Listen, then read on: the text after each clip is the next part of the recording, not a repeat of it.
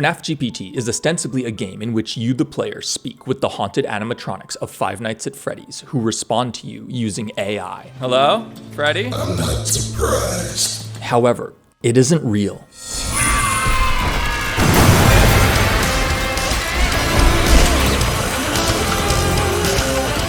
The responses are not AI generated. I wrote them. The animatronics cannot hear you when you speak into your microphone. The whole thing was pre-scripted. I left deliberate pauses after each of their statements to give myself a chance to respond. And of course, my side of the conversation was also entirely scripted. Dude, does Springtrap just like roll up on you and start chatting? I doubt it. The truth is, there was almost no AI used throughout this entire production. The characters' jaws moving as they speak, that's not AI. I painstakingly hand animated every single syllable. You look just like him. The gestures they make with their heads and bodies, also hand animated. This is not gameplay capture, it's a render. I animated the player camera for over 97,000 frames, which is 27 minutes at 60 frames a second, without any cuts. The sound effects, the sparks shooting out from Golden Freddy, I had to animate each of those every time. The gasoline effect, those are all pre-baked fluid simulations, each of which took up nearly a gigabyte, and don't even get me started on the fire. Finally, once the animation was finished, I recorded myself pretending to play it using a special edit of the video I made that had on-screen cues to prepare me for certain triggers and actions. So it sounds good to me. How do I purify all of you? Backstage. To be clear, I wasn't trying to scam or deceive anyone. I just wanted to make an entertaining video. I come from the found footage VHS horror scene where we basically always pretend that the tape is real. Playtime Co. More like gay time Co. Am I right? It's not like Kane Pixels puts a disclaimer at the start of Backrooms videos saying, by the way, this isn't actually a random VHS tape I found in my grandma's attic, it's just a really elaborate cycles render. We know these videos aren't real, but they're just more fun to watch when you can suspend your disbelief and really get into the idea that they are. That said, FNAF GPT reached a much broader audience than just my usual viewers, and there are still a lot of people who don't realize that it was a fictional Let's Play. So I'm gonna break down exactly how I made it and show you just how impossible this game is. FNAF GPT begins with the player in the security office of Fazbear's Fright, and Golden Freddy immediately addresses them. How are you alive again? In the video, it looks like the two of us have a back and forth conversation, but in reality, I was following a strict script guided by on-screen cues. Like who? Who do I look like? The man who killed us. While I didn't rehearse it too much, and I tried to ad-lib a little bit, I couldn't deviate much from the pre-written script because Golden Freddy was always going to respond the exact same way. Furthermore, I couldn't react to the animation until the whole thing was done, so this whole section was actually animated weeks before I actually sat down to react to it. Thus, I had to just leave pauses between Evan's lines and speak during those, and it was impossible to know exactly how long those breaks should be.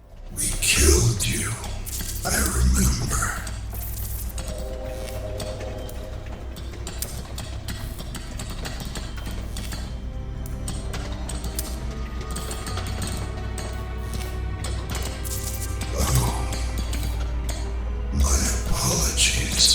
Thankfully, the idea that the animatronics were reaching out to AI APIs and processing my speech before generating a response was the perfect excuse for the awkward pauses in the conversations. Cassidy? Thus, I erred on the side of caution and left a lot of time for myself to speak. Chica? You still there? I see. There were a lot of comments pointing out how cool and perfect the timing was in this scene. What with the whole, because he's coming, and then Springtrap immediately rolling up, and yeah, it's super cool and creepy, because it's totally scripted. Because he's coming. Springtrap shows up the moment he needs to. Remember, everything in this game is actually manually animated.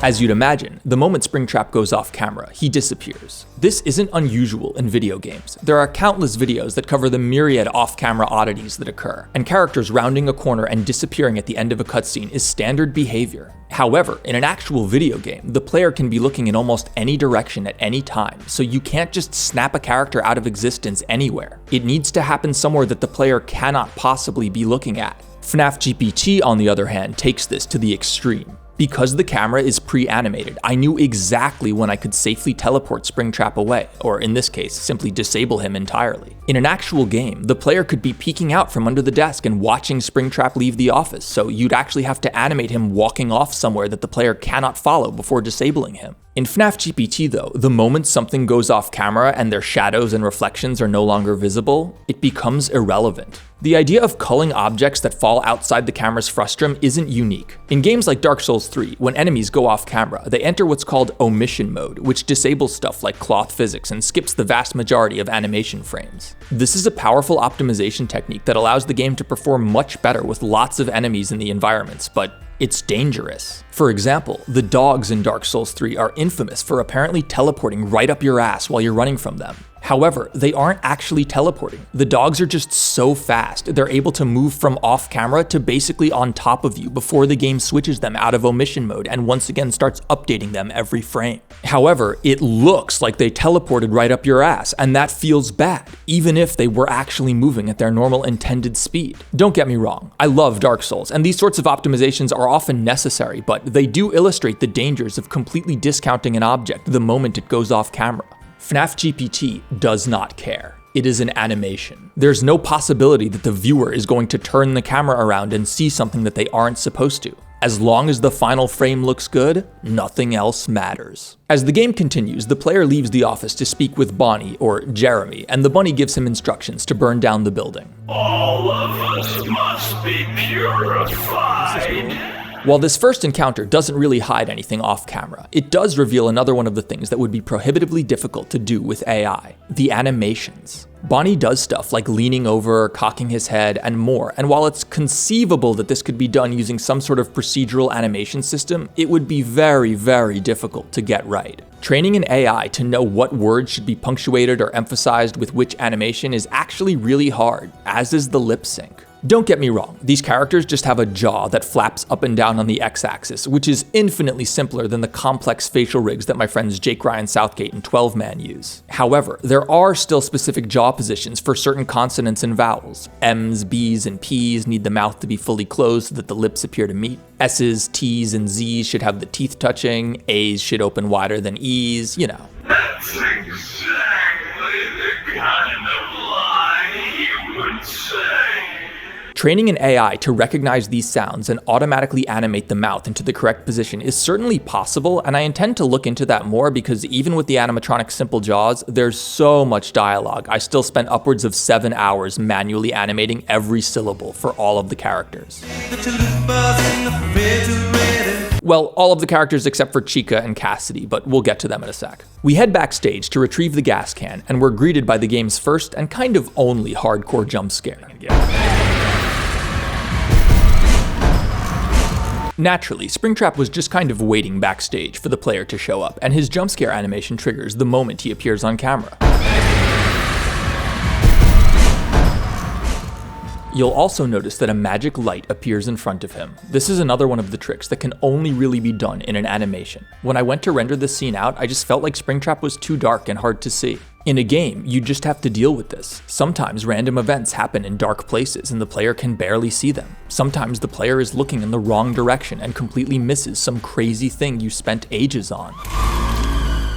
We did it! However, FNAF GPT is an animation and I wanted it to look good, so I cheat constantly with special lights that don't really correspond to any actual light source in the room but are hard enough to notice that they don't look that weird. This happens constantly throughout the video. Then, the chase begins. Springtrap is a cheater. He cheats like crazy. You thought the Mario Kart CPUs were cheaters? Springtrap is the king of cheaters. He doesn't really chase the player. He just teleports into position right before the camera glances back at him, then stops the moment he's off screen. When he's not on camera, he clips through walls, moonwalks around like he's Michael Jackson, and just generally does whatever he wants. The key to making these sequences is that I animate the camera before I animate the thing chasing me. I record my mouse and keyboard movements as I run around the map, occasionally glancing back and pretending to be scared of nothing. Then, afterwards, I animate Springtrap into position so that he's always in the perfect spot right when the player looks at him. Animating Springtrap ahead of time would cause a lot of headaches. How fast can he go? What if he overtakes the player camera?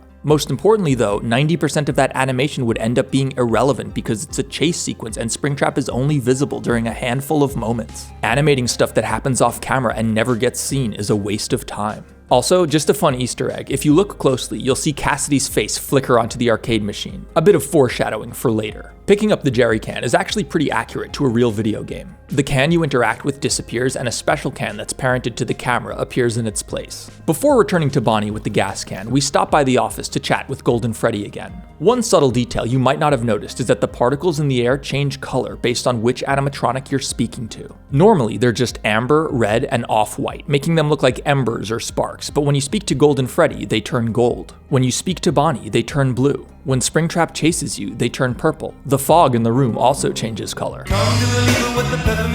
Also, Golden Freddy's head is set to always look towards the player camera, so even when you're far from the office, his head is constantly tracking you. I thought that was amusing. Next, we return to Bonnie to douse him with the gasoline, and I was really proud of how these scenes turned out. Fluid simulations are infamously difficult in 3D, and Blender's built-in fluid simulator is very old, unmaintained, and leaves much to be desired, so most people opt to use an external program for these situations. The industry standard is called Houdini, and it's really incredible and can do some ridiculous things, but it's very difficult to learn. Instead, I use a program called Liquigen. Liquigen is not perfectly physically accurate. You wouldn't want to use this software to test like actual plumbing fluid dynamics or something like that, but it's pretty damn good. Certainly good enough for a cartoony animation like this, and the simulations run on the GPU in real time. However, even moderately high-resolution fluid sims are massive files. Bonnie's fluid sim alone is 670 megabytes, and that's despite using optimizations like having the fluid disappear the moment it falls below the camera. I at one point thought the gasoline looked too much like water, and I gave it a yellowish tint, hoping it would make it feel more gasoline-y, but it ended up just looking like I was pouring pee all over Bonnie's head, so I changed it back to clear. Actual gasoline is clear anyway, so. Immediately after this, Springtrap walks behind us, and I pretend to be scared and hide from him. He didn't see us. He didn't see us.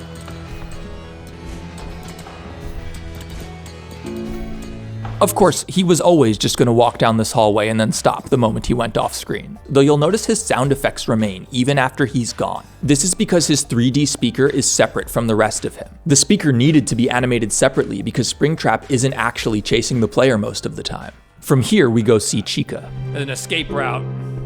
Hey, Chica! Yo, Chica, what up? I mean, Susie? Leave me be, Twisted I know their names, One. bro. I know I them. have no Unlike the other animatronics, Chica only has her bottom jaw. The upper portion of her beak was missing. Thus, I was able to get away with driving her jaw movements using the audio waveform of her dialogue, which saved quite a bit of time. This effect wouldn't work with the other animatronics as their jaws and teeth are just too defined, but for Chica it was good enough, and honestly, you could use a technique like this in an actual game. I was actually inspired by J-Gem's legendary animated FNAF series, The Interviewed, in which the main character, Withered Bonnie, only has a lower jaw, making his dialogue animation much less tedious than it otherwise would be. Next, we have the Cassidy scene. This is no place for the living. Unlike all of the other dialogue in the game, Cassidy's monologue actually was written by ChatGPT, and oh man. The prompt was, write a monologue from the perspective of one of the children whose soul is trapped within an animatronic in the Five Nights at Freddy's series. It should focus on suffering, being unable to breathe, feeling like they're buried alive and constrained from moving, yet unable to die. And the AI cooked. In fact, I only used maybe the first 40% of the monologue it wrote because it was so long it would have lasted like literally 5 minutes. I did, however, write Cassidy's first few lines, obviously, considering she says burn for eternity. Soul must burn for eternity in this place. It's not a coincidence that the character with the most dialogue also happens to be the one that requires zero 3D animation. That was very deliberate. I was not animating a jaw flapping up and down for this entire sequence. Hell no. As Cassidy speaks, the room starts shaking and the particles start going crazy. Debris even falls from the ceiling, though it ended up being barely visible in the final render, but wasn't worth going back and fixing. As you can imagine, the room does not actually shake during this sequence, the camera does. When you look at it from another perspective, you can see how silly it looks. Furthermore, while I didn't have to animate her, I did use the audio of Cassidy's dialogue to drive her shader, making her bigger and brighter when she spoke. After Cassidy's 2-minute monologue, the video's pacing had slowed substantially, and I knew we were due for a crazy, exciting moment. Thus, the endos show up, and the dubstep chase sequence begins. It didn't really make sense for Cassidy to stick Springtrap on you, so I needed a different enemy for this chase, and I figured an endo would be cool. I searched my computer for blend files with the word endo on them, and I came across the Junior's endo model, originally created by Derek, but remade by the ridiculously talented Disco Head. A 3D artist who's made countless accuracy models, is a member of the Junior's Enter the Flipside team, and is a frequent collaborator of my good friend Jake Ryan Southgate. If you've seen Jake's Fredbear series, you should know that Disco Head modeled every animatronic. Fredbear and Spring Bonnie are accuracy models they made based on Derek's, but they also modeled Jake's Faz 4, designed by Cosberry. As you can imagine, the endo appears right before the chase starts, and like Springtrap, it cheats like crazy.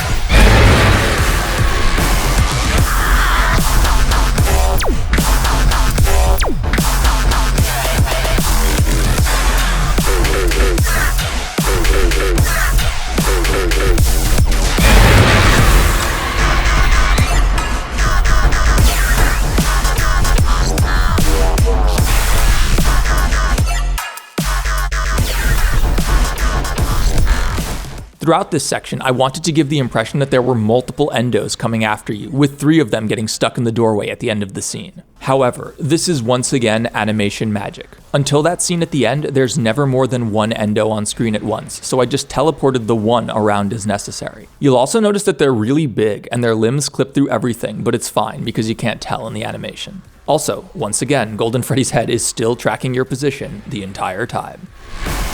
Playing ridiculous dubstep during this sequence was inspired by the climax of Finding Frankie. The fucking Skrillex is amazing. While I wasn't super fond of the game, the dubstep at the end was sick and also kind of hilarious, so I wanted to give it a try. The reflection is the same direct. What? That's so weird. The chase sequence concludes with the endos getting caught in the door because it was funny, and it gave me a way to escape them other than them just losing interest and disappearing. Furthermore, it also had Michael crawl through this vent at the end, which I used as an opportunity to despawn everything and switch all the lighting back from the crazy disco lights. This is also the only moment in the game where Michael pulls out a flashlight. It just, materializes out of thin air, and when he gets out of the vent, it disappears and the jerry can shows up again. He needed a flashlight because otherwise the vent would have been pitch black. One amusing mistake I made is that during Cassidy's monologue, one of the arcade machines falls over, and I didn't notice at the time, but it actually clipped through the wall leading to the backstage. So during the dubstep chase, that arcade machine just kind of slides forward while off camera. We return to Chica and douse her with the gasoline when Springtrap emerges from the end of the hallway and another chase begins.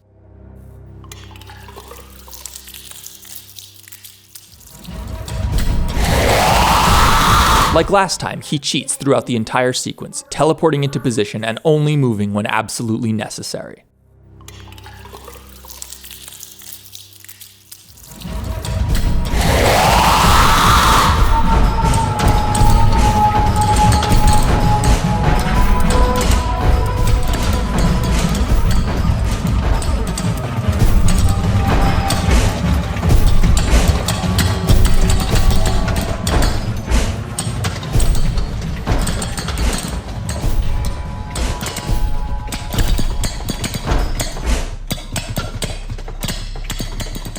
Retrieving another gas can from backstage, we go to talk with Freddy, or rather, Gabriel. What's up?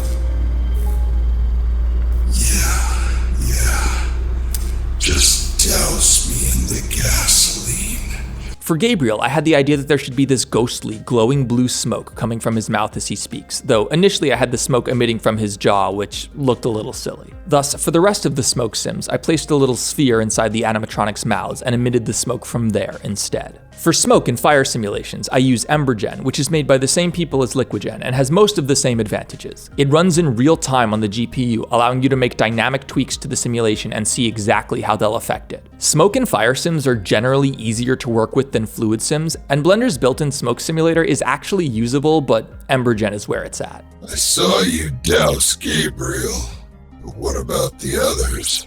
While working on the toy that kills Catnap VHS, I spent 2.5 days trying to simulate Catnap burning in this fire pit, and it just always looked terrible. I bought EmberGen, and literally 15 minutes later, I had a far superior fire simulation done and in Blender, and that was my first time using the program where I barely knew what I was doing. Freddy's segment includes what was many people's favorite part of the video, which was Golden Freddy's wave. He's literally right over there. Okay. I figured that this was the point most people would realize that this isn't actually AI. While one can imagine a way of programming this so that if Freddy ever acknowledges Golden Freddy, the latter triggers a wave animation, in practice, there are so many variables at play here, it would be nearly impossible. Furthermore, even if you could get an interaction like this truly working in a game, you'd end up spending so much time on one little Easter egg that will only ever happen if the player says very specific things. It's not worth it. It's adorable and it's fun, but this is not possible right now. Even in stuff like Minecraft videos that actually have AI-controlled players, you'll notice that they can't actually talk to each other, interact, or work together. I do admit though, I love this scene and I think it came out fantastic. This is also the first point where my lack of planning came back to bite me. You'll notice that I kind of just randomly ask Freddy what it's like to be a haunted animatronic out of nowhere. Yo, Freddy, what's it like being a haunted animatronic? It sucks. This is because I knew he was going to respond with, "It sucks," but the question doesn't really flow very well or feel like an actual natural follow-up. However, it was such a good meme moment that I had to include it. And then there was Foxy.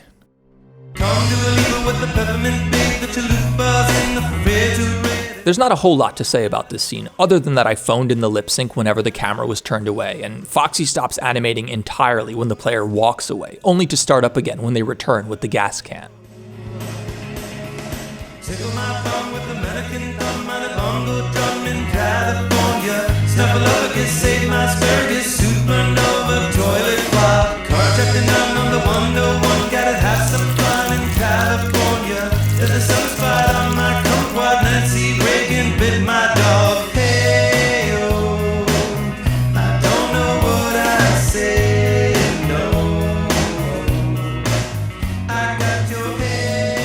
The song he sings is a parody of Snow by the Red Hot Chili Peppers, created by the YouTuber There I Ruined It. They're a really creative musician and producer who makes parodies of popular songs from the late 90s and 2000s, amongst other things.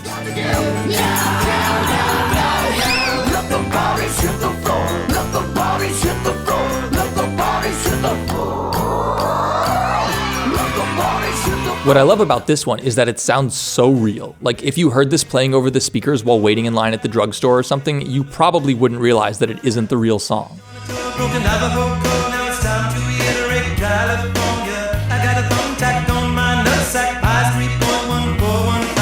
Unfortunately, Foxy's section contains the single biggest error in the video, which is that the press E prompt never shows up when Michael grabs the final jerry can. The UI elements, like the clock and the prompts, are all added in post at the very end during video editing, and I just forgot to add that one. We return to Golden Freddy and catch him up to speed. I saw you douse Gabriel, but what about the others?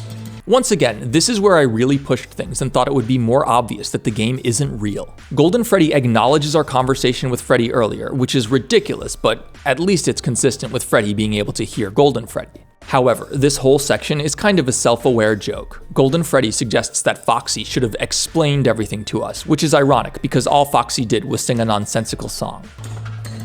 Foxy?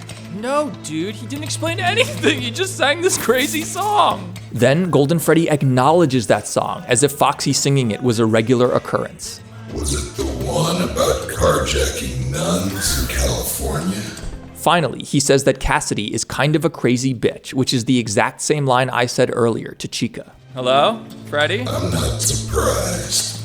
She's kind of a crazy bitch. Freddy gets what's up, dude. Anyway, Yeah, sorry, I ran into Cassidy. She's kind of a crazy bitch. The truth is, this AI NPC technology just isn't there yet. People are trying to create dynamic AI NPCs right now, and the reality is, they suck. Hey Jen, how are you? Unfortunately, not so good. How come? I am worried about the crime around here. It's gotten bad lately. Not long ago, NVIDIA, the company who literally makes the best AI chips in the world and employs some of the smartest people in the world, demonstrated their take on AI NPCs, and It's gotten bad lately. My ramen shop got caught in the crossfire. Can I help? If you want to do something about this, I have heard rumors that the powerful crime lord Kuman Aoki is causing all sorts of chaos in the city. He may be the root of this violence. I'll talk to him. Where can I find him? I have heard he hangs out in the underground fight clubs on the city's east side. Try there. Okay, I'll go. Be careful, Kai. None of that conversation was scripted. what? That was AI? I had no idea. I have heard he hangs out in the underground fight clubs on the city's east side. Look, I actually think this demo is really impressive, and it served as the core inspiration for FNAF GPT, what with the player speaking to an NPC through their microphone and getting a response, but the reality is, this is the best NVIDIA could do. NVIDIA, the $3 trillion company. If this is what they're demoing to their investors, then there's just no way that Suslord could make something like FNAF GPT by himself in a weekend. That said, this demo does lead me to believe that this technology is only a few years off, and we will start to see games with these sorts of features eventually. For what it's worth, there is a game in development called FREDDY'S which integrates AI NPCs, but they're even worse than Jin here, and frankly, the whole project is sketchy and I would stay away from it. Oh, can you buy a drink for me? Like, no way. Get your own drink. I'm busy shopping, okay? Golden Freddy sends us to Chica to start the fire. This was purely for practical purposes. Chica is positioned further from the office than anyone else, so it was a good place to start the finale. I had lots of room to run around, which was key because this map isn't actually that big. We set Chica on fire, taking care not to look too far down because I didn't want to have to animate hands and a lighter or whatever. Naturally, Springtrap teleports into position just before he comes on camera, appearing to the left of the player right before they turn around.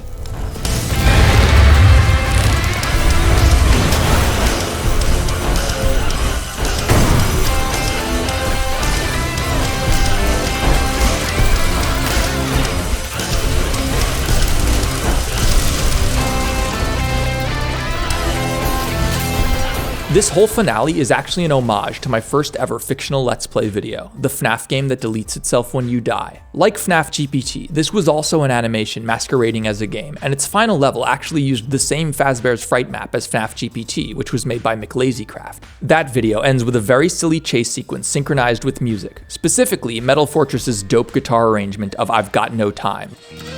Oh, they dancing. Where'd Foxy go?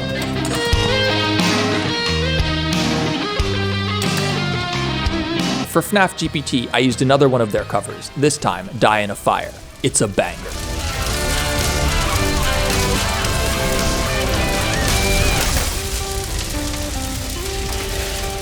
Why are you still here? In just a few moments, this building will be in ruins. Leave now. This is actually my third attempt at burning down Fazbear's Fright. The first time was in Scarecrow and I's FNAF VHS, The Horrifying End of William Afton, but I had only been using Blender for about 3 months at that point, and my skills were not really up to the task. I ended up just using flat planes with videos of fire on them, and it came out fine. I did the same thing for the FNAF game that deletes itself when you die, just videos of fire on billboards. This can look okay, but because they're just videos, they don't add any smoke to the scene, and without smoke, fire looks fake. Also, you can't really pan around them because they're flat videos. This time though, I had 3 years experience in Blender and I had EmberGen. I was gonna go hard. I used fully 3D simulated volumetric fire. I made custom shaders so that the stuff that was on fire would become charred and glow red. I added particle systems so that sparks and embers would emerge from the flames. I added smoke. I added explosions that actually throw debris into the air and shake objects around. And most importantly, I added camera impulses to really sell how powerful some of these explosions were. It still took a really long time though. Here's a real-time clip from when I was rendering this scene out. Wait for it. Wait for it. Oh, there we go. Normally, these render times would be unacceptable. After all, the animation is 97,000 frames, so taking 15 or 20 seconds per frame would mean that rendering the entire project would have taken like 500 hours, which is over 20 days. Thankfully, the frames without fire only took a second or two, and the fire only shows up at the very end, so I was willing to spend an extra day rendering it out. It was the grand finale after all. In total, the video took about 62 hours to render, though 10 of those were spent on the last minute alone. Also, all of these fire simulations took up 4 terabytes of data. Springtrap's final animation is pretty cheaty. You'll see he flickers and teleports all over the place as necessary.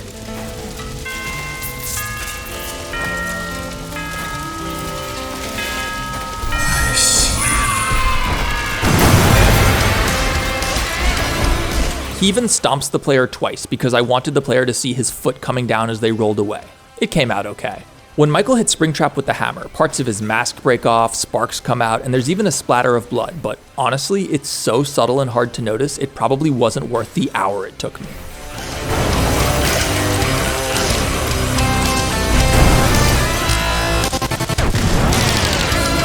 When people ask me, why not just make this into a real game, I have to laugh, because there's so much more that goes into a real game than an animation like this. The truth is, the only reason my games look cool in the first place is because I'm able to focus all of my attention on only what the camera can see, whereas a real game has to factor the player's agency in. However, do you care that FNAF VHS aren't real tapes? No, you watch them because they're fun and exciting. I look at my fictional Let's Plays the same way. I'm just trying to make entertaining videos, and in the case of FNAF GPT, speculate on a near future where games like this probably will be possible. So if you're disappointed that FNAF GPT wasn't real, I apologize, but in a way, isn't it better for the game to be completely fictional instead of it actually being real, yet for some reason only fucking Theft King is allowed to play it? Like, wouldn't that be even more frustrating?